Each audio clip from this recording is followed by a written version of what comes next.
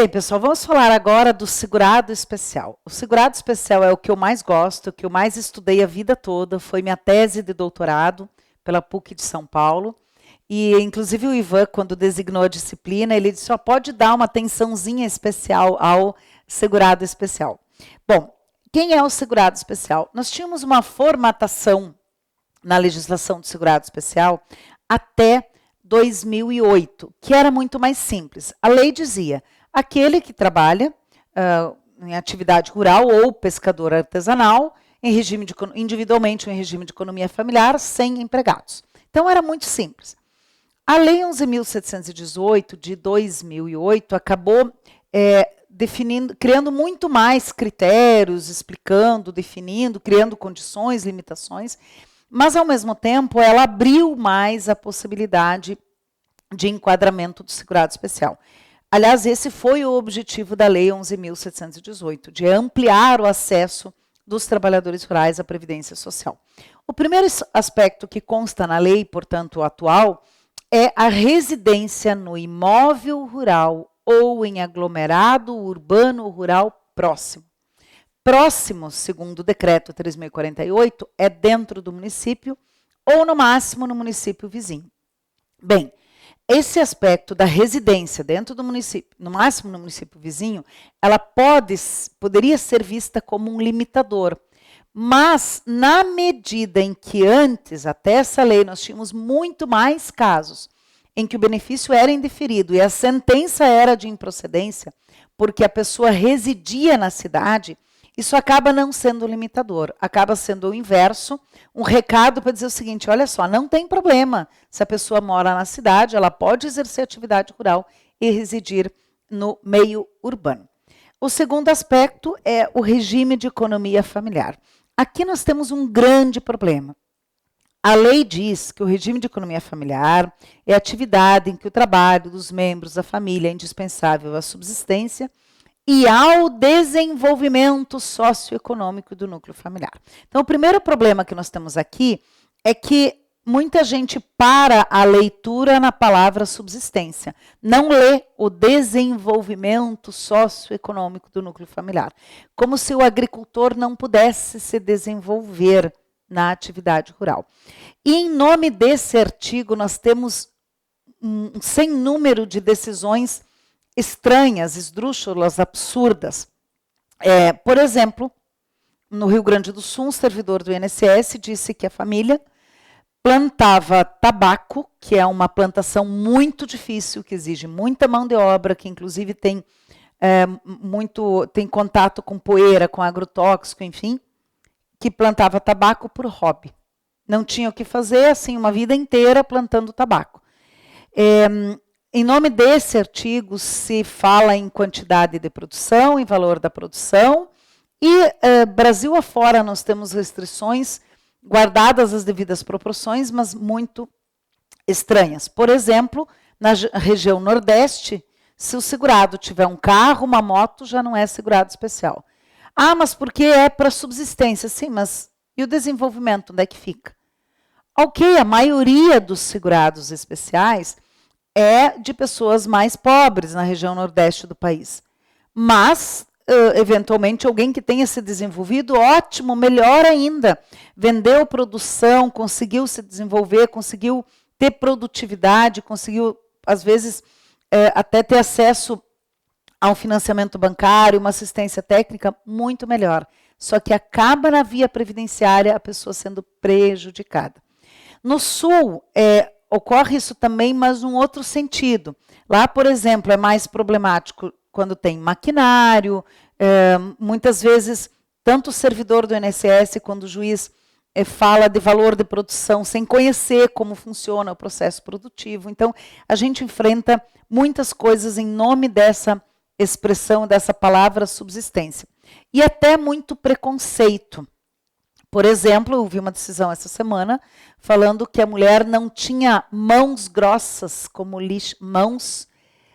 não tinha mãos como lixas e, portanto, não era segurado especial.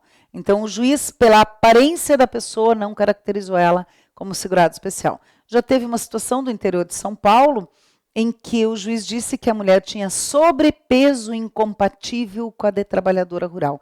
E assim vai, inúmeras situações que, se não são discriminatórias, são muito próximo disso. A imagem que muitos fazem sobre o trabalhador rural, uma imagem extremamente restritiva, pobre, que ele não pode, mal e mal, ter condições de sobreviver no meio rural. A lei fala que é segurado especial o produtor, quer seja proprietário, usufrutuário, possuidor, assentado, parceiro, meio, outorgado, comandatário ou arrendatário. Parceria, meação e arrendamento são institutos do direito agrário, do Estatuto da Terra.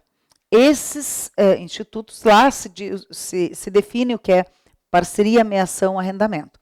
Basicamente, meação é metade da produção, parceria é percentual e arrendamento é aluguel. Arrenda a terra, recebe um valor fixo.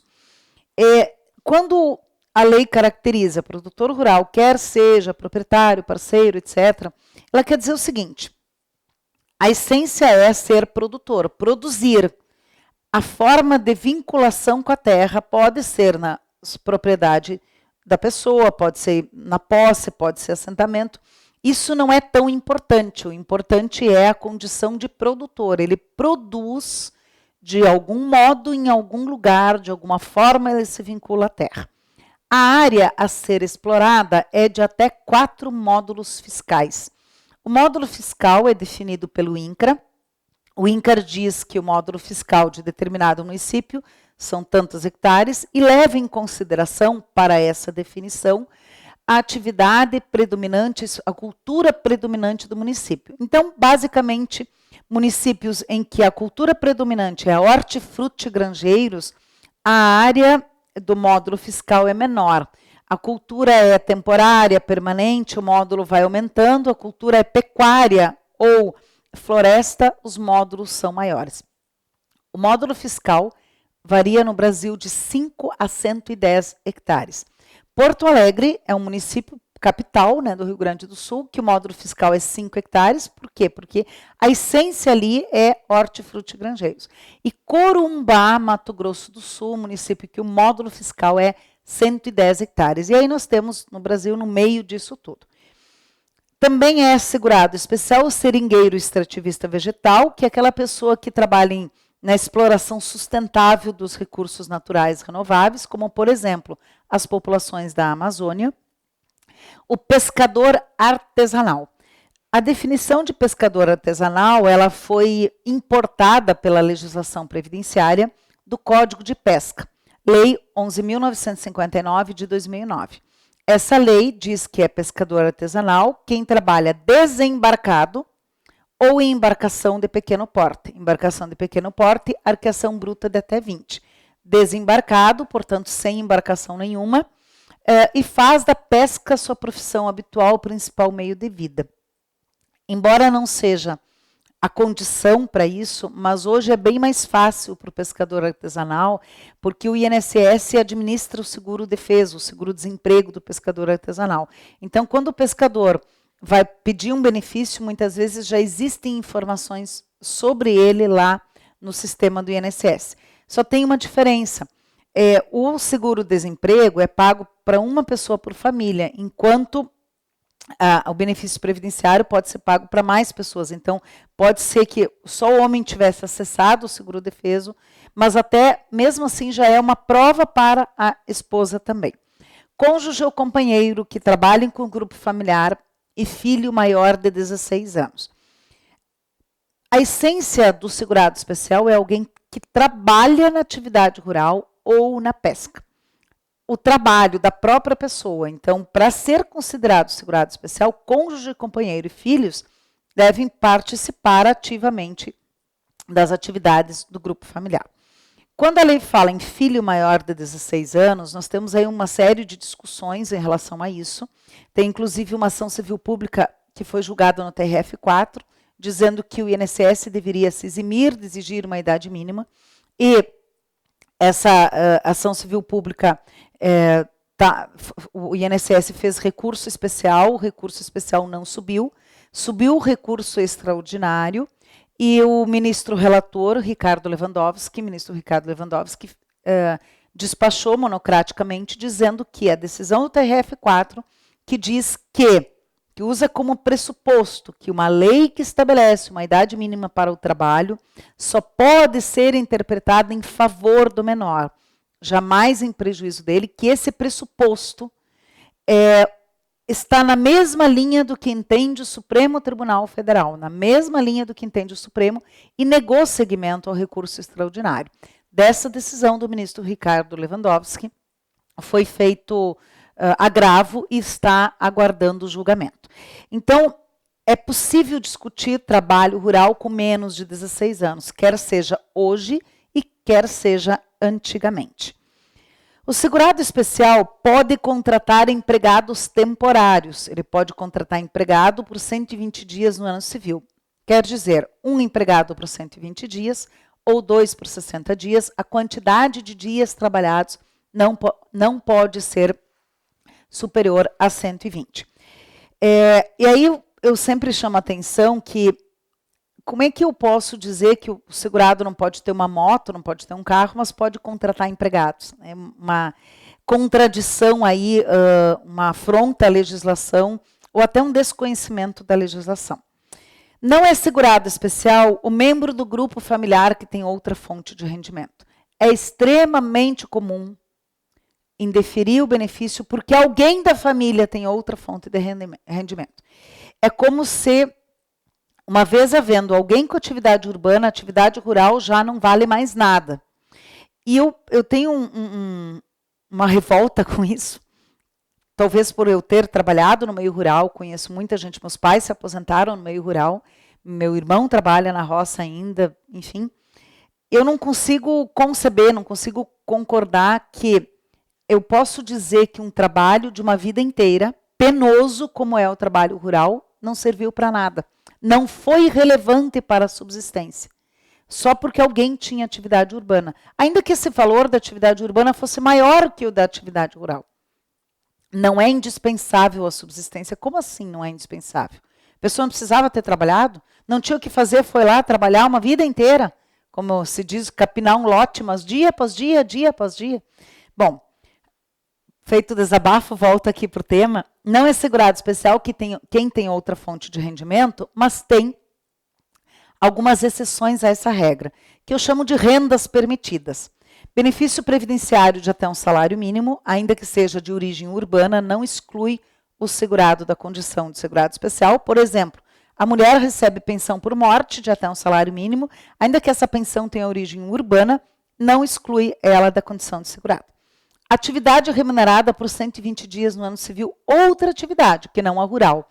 A pessoa, durante 4 meses no ano, pode exercer outra atividade e aquele período continua sendo computado como de segurado especial. Dirigente sindical, que mantém o enquadramento dentro da investidura, essa é uma regra geral, isso que se aplica aqui também para o segurado especial. Dirigente de cooperativa rural, pessoa que recebe participação, que é participante de previdência complementar, mandato eletivo de vereador, ainda que receba renda, obviamente vai receber, não exclui da condição de segurado especial, desde que a pessoa continue exercendo a atividade. Bom, isso decorre do fato de que, e aqui fala por isso, vereador não é qualquer mandato eletivo, nos municípios pequenos, onde a essência continua sendo atividade rural, o trabalho legislativo mais importante, que é a reunião dos vereadores, ocorre uma vez por semana, uma vez a cada 2 semanas, então a essência da atividade continua sendo a rural.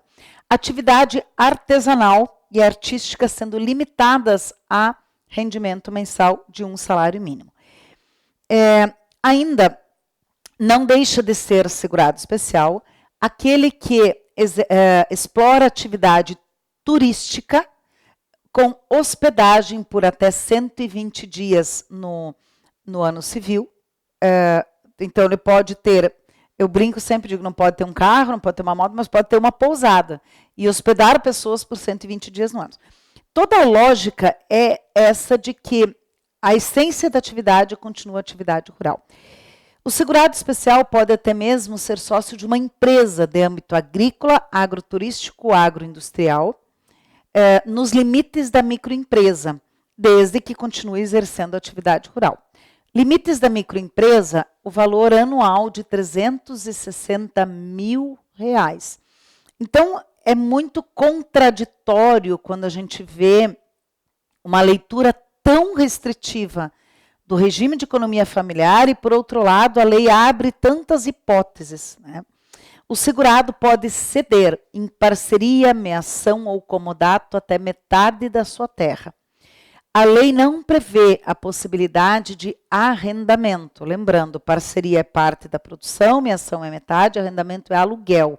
Então, não prevê a possibilidade de arrendamento. Essa forma de comprovação do segurado especial, ela é feita hoje através da autodeclaração, que é um formulário que o segurado preenche, e que a partir dali o INSS vai pegar e cruzar essas informações pelos sistemas oficiais, declaração de aptidão ao PRONAF da Secretaria da Agricultura Familiar, cadastro dos imóveis rurais da Receita Federal, Sistema Nacional de Cadastro Rural do INCRA, vai cruzar com essas informações. Se não encontrou nada sobre a pessoa nestas bases de dados, a pessoa apresenta documentos para comprovar a atividade. O INSS chama esse procedimento de instrumento ratificador. Então, a autodeclaração tem que ter um instrumento ratificador. Esse instrumento ratificador pode ser do sistema, como pode ser também um documento apresentado pelo segurado. Nós estamos vivendo uma fase muito difícil dos benefícios rurais. Primeiro porque o modelo inicial dessa autodeclaração era muito ruim. Ele tinha muitas informações que eram quase uma isca para a pessoa dizer alguma coisa que é para ver se ela mesma se desenquadrava. E aí foi melhorada a autodeclaração, mas a gente ainda tem um outro problema, que é a análise dos benefícios em lista nacional, que a realidade é muito diferente de uma região para outra. Então, o servidor de uma região que vai analisar benefício de outra não conhece e acaba muitas vezes indeferindo por isso. Por exemplo, um servidor do Nordeste analisar um benefício do Sul, ele vai olhar a documentação e dizer, nossa, essa pessoa é rica, ela tem muito dinheiro, ela produz muito, não é segurado especial. Só que se for analisado por um servidor do INSS do Sul, ele vai enquadrar como segurado especial. Aí o do Sul vai pegar um benefício do Nordeste e vai olhar e vai dizer o seguinte, essa pessoa quase não tem documentos, não produziu nada, não vendeu nada, e vai indeferir também. Nós tivemos de 2019 para cá, um aumento muito expressivo do número de indeferimentos de benefícios rurais, em função dessa confusão toda. O rural, ele não teve a concessão de benefícios ou a aposentadoria rural, não passou por nenhuma transformação aí na reforma da Previdência. Foi mantido o artigo 195, parágrafo 8º, que é a base para todo o conceito do segurado especial. Foi mantida a idade reduzida na aposentadoria, mas essa mudança na comprovação, que veio a partir da medida provisória 871 de janeiro de 2019, convertida na Lei 13.846, e depois todas esses formulários, enfim, esses procedimentos acabaram por, na prática, reduzir a concessão de benefícios. A Lei 11.718, de 2008, ela veio para ampliar a concessão ao segurado especial. Tudo bem que talvez se não tivesse vindo, ainda seria pior hoje em dia, mas a gente ainda tem muito indeferimento contrário à lei, ignorando o texto da lei, ignorando completamente o texto da lei, muito indeferimento do INSS, ignorando a instrução normativa com relação ao segurado especial. Então, aqui é um ponto que realmente é muito difícil, é muito subjetivo, cada um acha que pode dizer quem é o segurado especial. Chegou lá a mulher com brinco, já não é segurado especial. Chegou a mulher com esmalte na unha, já não é segurado especial. Quando eu falo mulher, é que, de fato mesmo, se indefere muito mais benefícios para mulheres do que para homens no meio rural. É bem interessante isso, primeiro por essa questão da imagem, do estereótipo, assim, do juízo do servidor que projetou uma imagem de como a pessoa tem que ser e se portar, e que isso atinge mais as mulheres, quer seja porque as mulheres têm mais dificuldade de documentação. Terminamos aqui esse bloco, continuamos no próximo e último.